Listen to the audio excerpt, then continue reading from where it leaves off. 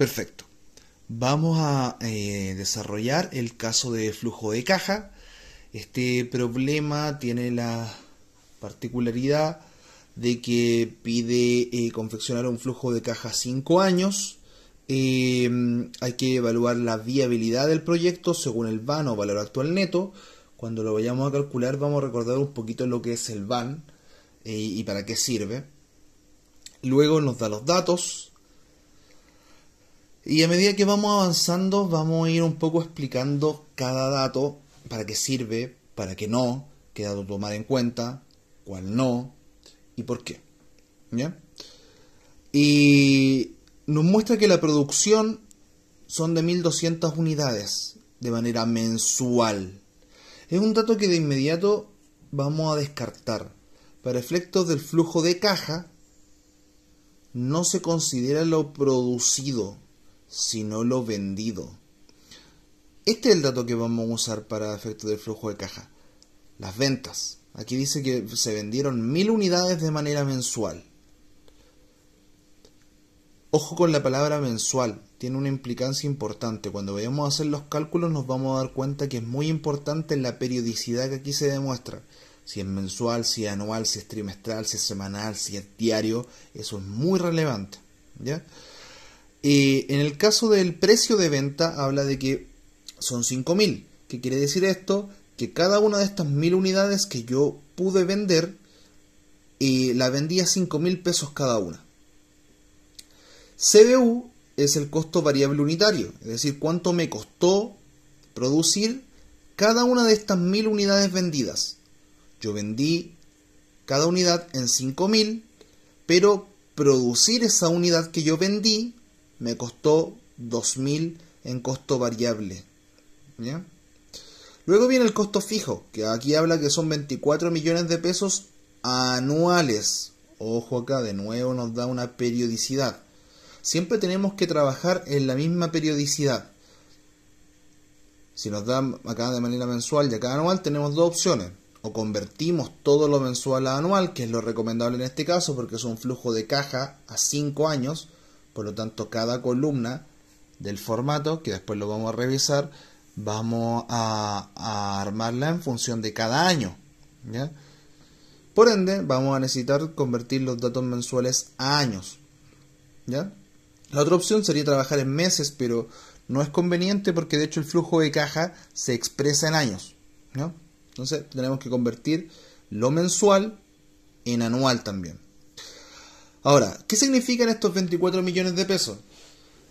Yo, por ejemplo, para tener una fábrica y que produzca estas 1200 unidades, pero que me permita vender estas 1000 unidades, me significa un costo que yo no puedo evitar, venda o no venda. Si yo vendo las 1000 unidades, claro, tuve que pagar 2000 pesos para producir cada una. Si yo vendí 0, no pago nada de estos 2000 pesos. Porque no produje ninguna unidad. Si no produzco ninguna unidad, no gasto estos 2000 pesos nunca. Pero si tengo un costo fijo de 24 millones igual, ¿qué puede ir dentro de este costo fijo? El arriendo de las instalaciones, los sueldos del personal, los servicios básicos, agua, luz, teléfono, internet, cámaras de seguridad, un montón de cosas que yo no puedo evitar, que son inevitables aunque yo produzca o no produzca. ¿Ya?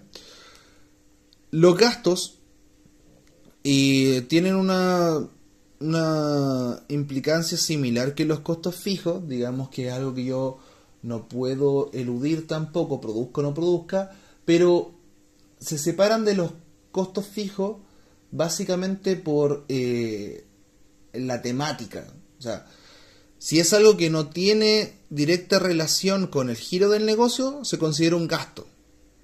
Si tiene directa relación con el giro del negocio, se considera un costo. Por ejemplo, si yo produzco cuadernos como este, tienen una espiral, tienen hojas y podemos ver que tiene tapas, ¿ya? Estas tapas tienen un costo, estas hojas tienen un costo, esta espiral tiene un costo y cada vez que yo produzco uno de estos cuadernos tengo que considerar esos costos variables. Si produzco más cuadernos, gasto más hojas, gasto más espirales, gasto más tapas. No así con los costos fijos. Los costos fijos los tengo inevitablemente, aunque produzco o no produzco cuadernos. Si yo decido cerrar la fábrica porque, no sé, una persona tiene COVID y los mandé a toda cuarentena, yo tengo que seguir pagando los sueldos de esas personas indistintamente de que yo en ese periodo no generé ningún cuaderno. ¿Ya? Ahora, la diferencia con los gastos es que no van relacionados con el giro del negocio.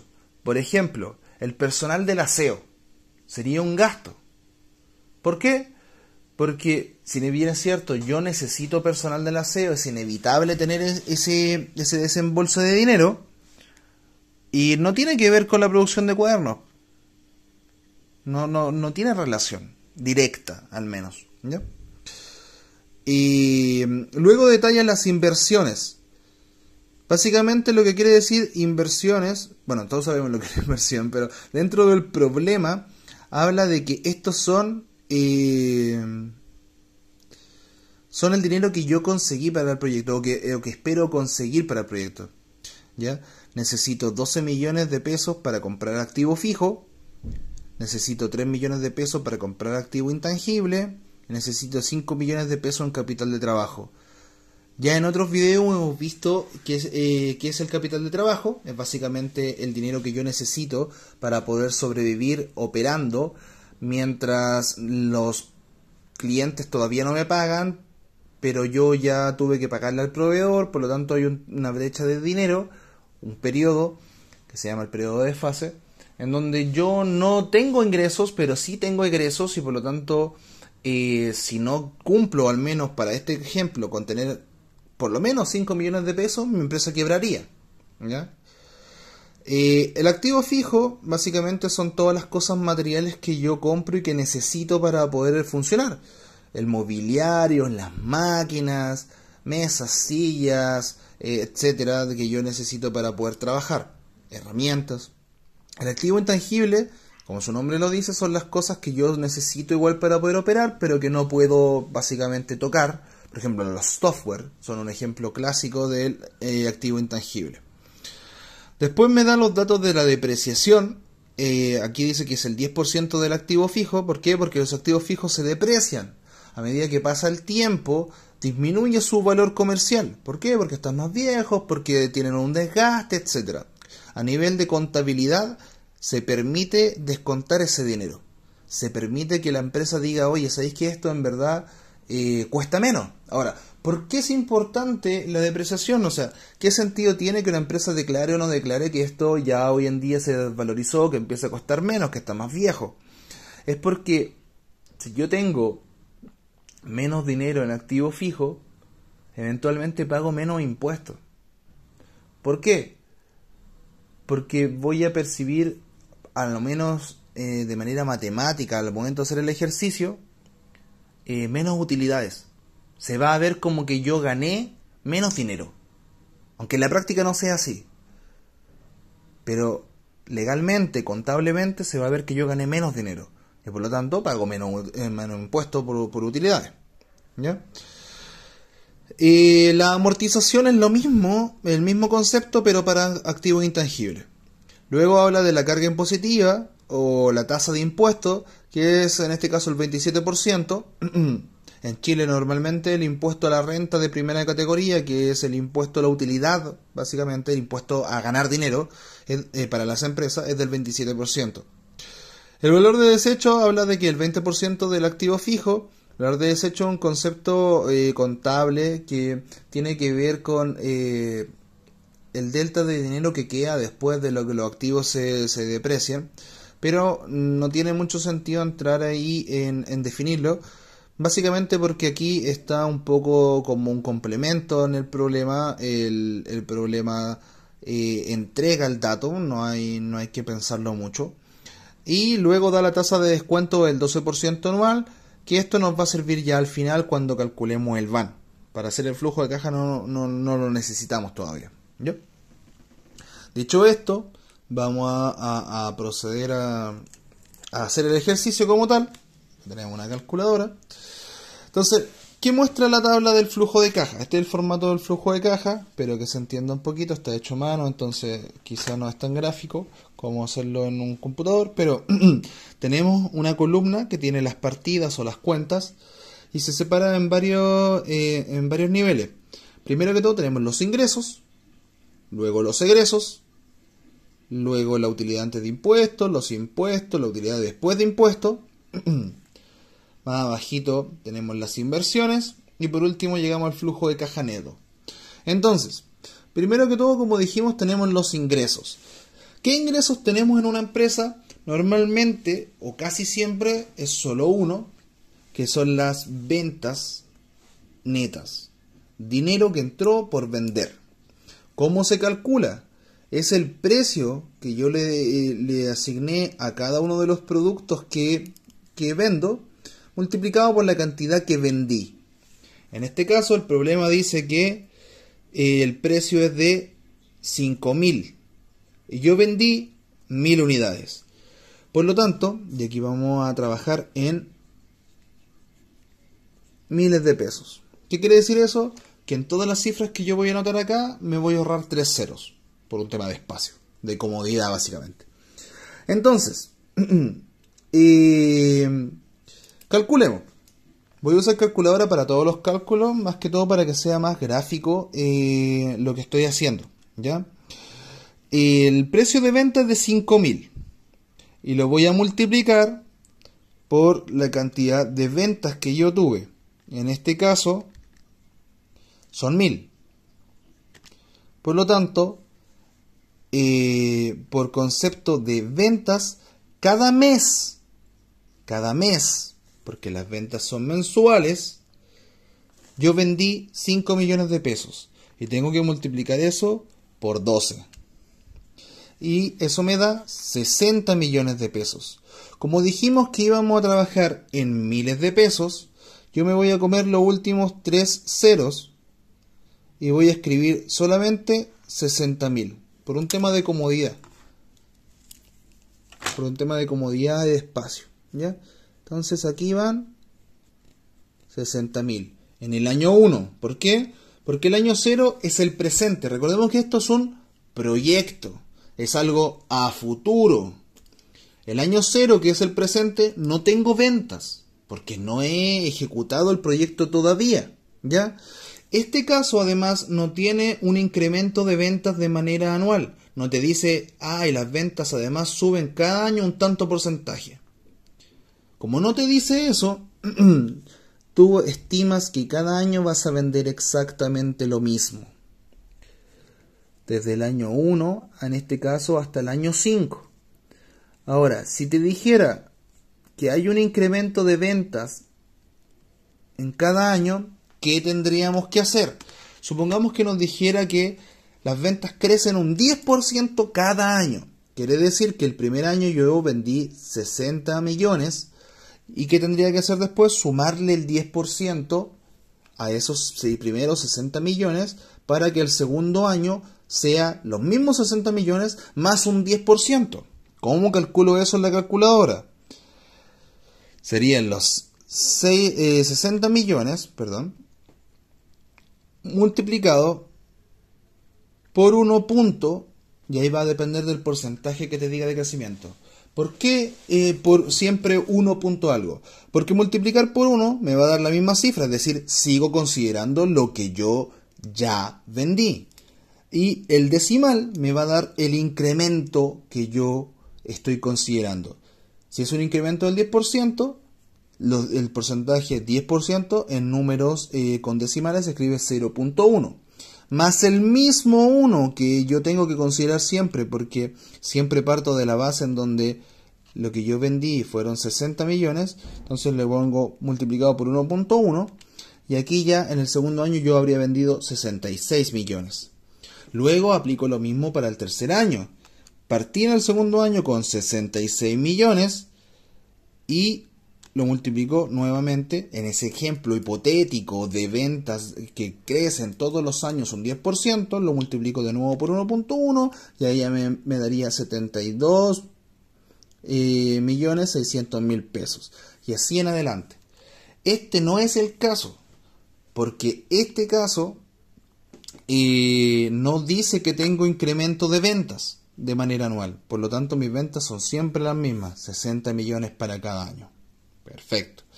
Luego tenemos los egresos. Dice que tengo que considerar el costo variable, que es el costo variable unitario, que recordemos que dijimos que eran 2.000, porque producir cada unidad de las que vendí me costó 2.000 pesos, multiplicado por la cantidad de unidades que vendí. Volvamos a la calculadora. Dijimos que yo vendí, en este caso, 1.000 unidades de manera mensual. 1.000 unidades de manera mensual. Multiplicado por el costo variable de cada una, que son 2.000. Cada una de esas unidades que yo vendí me costó 2.000 pesos producirla. Y eso me da 2 millones de pesos. Pero recordemos que la cifra de ventas está en meses. Por lo tanto, yo multiplico por 12 para poder calcular el costo anual. En este caso es de 24 millones. Y como dijimos, vamos a comernos los últimos 3 ceros porque estamos trabajando en miles de pesos. Toda cifra que sea un egreso, que sea una salida de dinero, que sea dinero menos, yo la voy a escribir con un signo menos o entre paréntesis. Y eso me va a dar a entender de que es dinero que sale. ¿Ya? Y voy a poner, como dijimos, 24.000 porque me estoy comiendo los últimos 3 ceros para que sea más cómodo escribir todas las cifras y no me llene de ceros dentro de la escritura. Básicamente se hace para eso. Las cifras son más fáciles de leer, son más fáciles de escribir cuando tienen menos dígitos hacia la derecha. Después tengo el costo fijo. El costo fijo en el problema ya me lo dan de manera anual. Y ya me dicen que es 24 millones. Aquí básicamente no tengo más que hacer que traspasarlo para acá. 24 millones. Y como habíamos dicho, se escribe en negativo porque es dinero que está saliendo de la arca de la empresa, ya de la caja de la empresa. Después tenemos los gastos. Lo mismo, dice que son 6 millones, no me tengo más que preocupar de traspasarlos acá, escribo 6 millones, recordemos quitarle los últimos 3 ceros, estamos escribiendo todos miles de pesos, ¿ya? Y con el signo negativo porque es dinero que sale, nunca nos olvidemos de eso porque a la hora de sumar ya las columnas completas nos puede confundir, ¿ya? Después habla de la depreciación. La depreciación en sí no es una salida de dinero. La empresa no gasta en depreciación, no paga por depreciar sus propias cosas. No tendría sentido porque alguien pagaría porque su producto valga menos. Simplemente, a nivel contable te permiten anotarlo aquí de manera de que se perciba que tú tienes menos utilidades. Para que como beneficio tributario paguen menos impuestos. ¿Ya? Por eso se anota ahí. Vamos al problema. El problema dice que la depreciación es 10% del activo fijo. ¿Cuánto es el activo fijo? 12 millones. ¿Ya? ¿Cuánto es el 10% de 12 millones?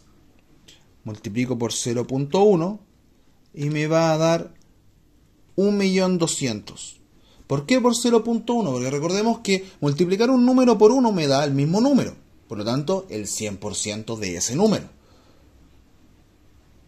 Y eso quiere decir que el 10%, que es la décima parte del 100%, se escribiría de manera decimal como 0.1. 0.2 sería el 20%, 0.3 sería el 30% y así hasta llegar a 100. ¿Ya? Que sería 1. Multiplicar por 1 es calcular el 100% de algo. Entonces aquí ya pudimos ver que 1.200.000 sería la depreciación para este problema. Y la vamos a anotar en negativo. Nos vamos a ahorrar los últimos 3 ceros, como ya dijimos, ¿ya? Ahora, ¿por cuántos años voy a considerar la depreciación? Eso depende de los datos que me da el problema. El problema aquí en este caso me dice que la depreciación es para una vida útil de 5 años, por lo tanto lo considero dentro de los 5 años de este ejercicio. Pero si me dijeran que es para 3, por ejemplo, tendría que anotarlo por lo menos en los 3 primeros años solamente, ¿ya?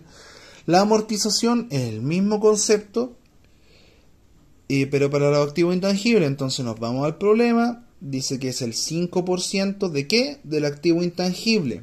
¿Cuánto es el 5% del activo intangible? Si el 10% de un número es el mismo número multiplicado por 0.1, el 5% es la mitad. Por lo tanto, tomo los 3 millones que me dice el problema que tengo de activo intangible, ¿y por cuánto lo multiplico? La mitad de 0.1 sería 0.05. Que eso me va a dar 150.000. Esos 150.000 sería mi amortización, que en este caso simplemente lo voy a anotar como 150. Porque recordemos que estamos ahorrando los últimos 3 ceros en cada una de las cifras que estamos anotando. No se vayan a confundir en eso.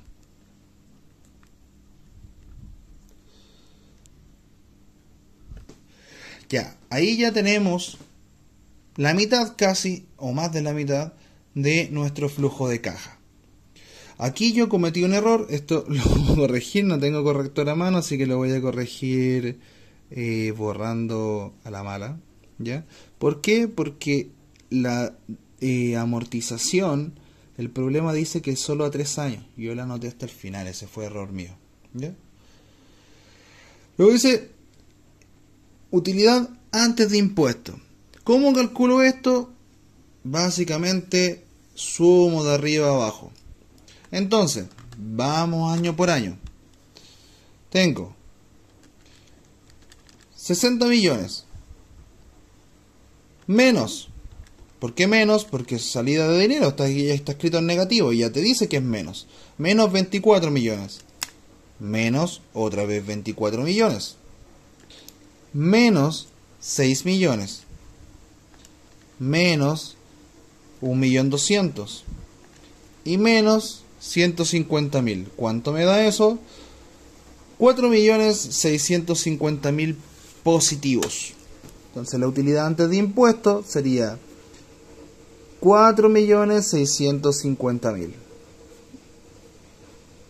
Lo mismo para este año, 4.650.000. Lo mismo para este año, 4.650.000. Y aquí tendría una diferencia, porque aquí ya no tengo amortización, por lo tanto la cifra me va a variar. Si yo en los años anteriores venía restando los 150, quiere decir que ahora voy a tener 150 más que el año anterior en este caso. Por lo tanto sería 4.008.000. 4.008.000. ¿Ya? La parte de abajo, voy a cortar aquí un poquito porque se pone un poquito largo el video. La parte de abajo la vamos a hacer en un segundo video.